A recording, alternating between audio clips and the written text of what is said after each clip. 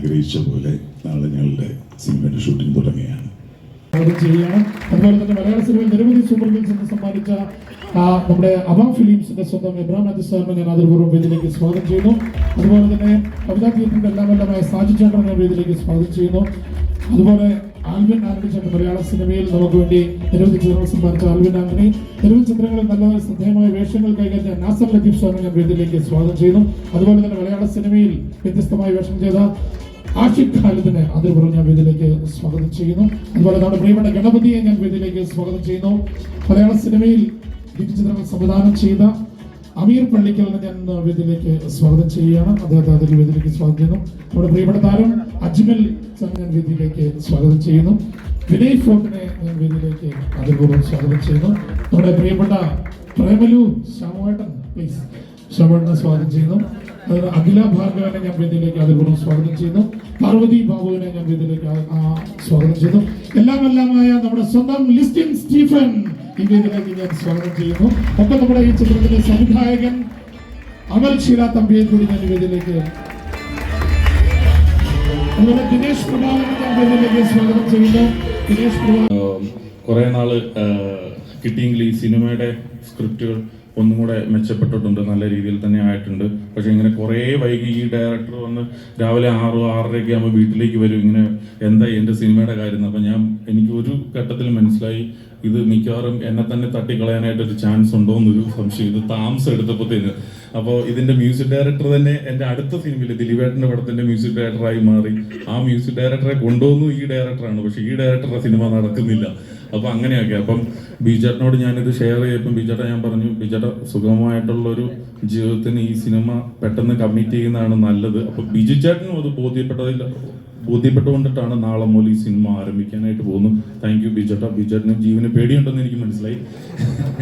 എനിക്ക് വളരെയധികം സന്തോഷം. ഒരുപാട് നല്ല ക്രൂസാണ് ഇതിൻ്റെ അകത്ത് ഉള്ളത്. ഇപ്പോൾ ഡയറക്ടർ, മ്യൂസിക് ഡയറക്ടറൊക്കെ പുതിയതാണെങ്കിലും വളരെ എസ്റ്റാബ്ലിഷ്ഡ് ആയിട്ടുള്ള ആളുകളാണ്, എക്സ്പീരിയൻസ് ആയിട്ടുള്ള ആളുകളാണ് ഈ സിനിമയുടെ പുറകിൽ പ്രവർത്തിക്കുന്നത് ടെക്നീഷ്യന്മാരായിട്ട്. അതുപോലെ തന്നെ ഈ സിനിമയുടെ എനിക്ക് തോന്നുന്നത് ഓരോ ആർട്ടിസ്റ്റും ഒരു ചെറിയ റോൾ ചെയ്യുന്നത് പോലും നല്ല മികവുറ്റ ആർട്ടിസ്റ്റാണ് ഇതിൻ്റെ അകത്ത് ഉള്ളത്.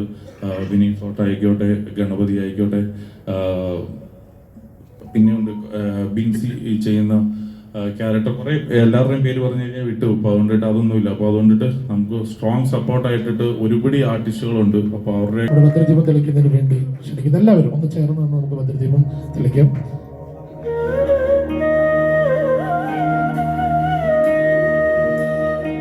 ഭദ്രദീപം കൈമാറുന്നതിന് വേണ്ടി പുനരുദ്ധി ശ്രീനാരായണ ശ്രീകൃഷ്ണ ക്ഷേത്രത്തിലെ ബിജിത് അമ്പതിനെ ക്ഷണിക്കുന്നു. കുറച്ച് നാളുകൾക്ക് ശേഷം എല്ലാവരെയും ഒരുമിച്ച് കണ്ടതിൽ ഒരുപാട് സന്തോഷം. ഞങ്ങളെല്ലാം ആഗ്രഹിച്ച പോലെ നാളെ ഞങ്ങളുടെ സിനിമയുടെ ഷൂട്ടിംഗ് തുടങ്ങുകയാണ്. അതിലുപരിയുള്ളൊരു സന്തോഷം എന്ന് പറഞ്ഞാൽ തമ്പി എന്ന പുതിയ ഡയറക്ടർ ഒരുപാട് സ്വപ്നങ്ങളുമായിട്ട് ഒരുപാട് തയ്യാറെടുപ്പോടെ നാളെ സിനിമ തുടങ്ങുകയാണ്. എല്ലാം നന്നായി ചിത്രീകരിക്കാനും നന്നായി ഭവിക്കട്ടെ എന്ന് ഞാൻ പ്രാർത്ഥിക്കുന്നു. നിങ്ങളെല്ലാം സ്നേഹവും സന്തോഷം പ്രോത്സാഹനം ഞങ്ങളോടൊപ്പം ഉണ്ടാവണം. നന്ദി. ഒരു ബ്രദറാണ് ചോദിച്ചത്. ഞാൻ ഈ സിനിമയിലില്ല, പക്ഷെ മലയാളം കുറേ നാളായിട്ട് ചെയ്തിട്ടില്ല.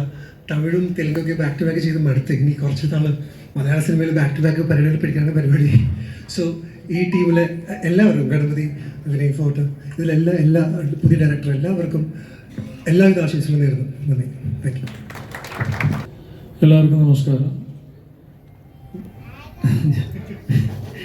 ഞാൻ ലിസ്റ്റിനെ മുതലാളി എന്ന് വിളിക്കുന്ന കാര്യം, ഞാൻ മലയാള സിനിമയിൽ ഏറ്റവും കൂടുതൽ സിനിമകൾ ചെയ്തിട്ടുള്ള ലിസ്റ്റുണ്ട്. എനിക്ക് തോന്നുന്നു ഞാൻ ലിസ്റ്റിൻ്റെ കൂടെ വർക്ക് ചെയ്യുന്ന 6ാമത്തെ സിനിമയായിരിക്കും ഈ സിനിമ. Thank you Listin. അതുപോലെ തന്നെ ഭയങ്കര ഹോപ്പ്ഫുള്ളാണ്. പലപ്പോഴും എല്ലാ സിനിമകൾക്കും നമുക്ക് ഇങ്ങനത്തെ ഒരു എനർജി കിട്ടണമെന്നില്ല. കാര്യം അമൽ വന്ന് ഈ കഥ പറഞ്ഞത് മുതൽ ഇപ്പോൾ ഞാൻ ഒരുപാട് ഭയങ്കര മേജർ റോളൊന്നും ആണോ എന്ന് എനിക്കറിഞ്ഞോളൂ, പക്ഷേ ഒരു ആക്ടറിനെ സംബന്ധിച്ച് ഭയങ്കര ഇൻട്രസ്റ്റിംഗ് ആയിട്ടുള്ളൊരു ക്യാരക്ടറാണ് അമൽ എനിക്ക് തന്നിരിക്കുന്നത്. അപ്പോൾ ഭയങ്കര ഹോപ്പ്ഫുള്ളാണ്. അതിനോട് ജസ്റ്റിസ് കാണിക്കാൻ പറ്റുമെന്ന് വിശ്വസിക്കുന്നു. ഈ സിനിമയുമായി ബന്ധപ്പെട്ട എല്ലാവർക്കും ആശംസകൾ. Thank you.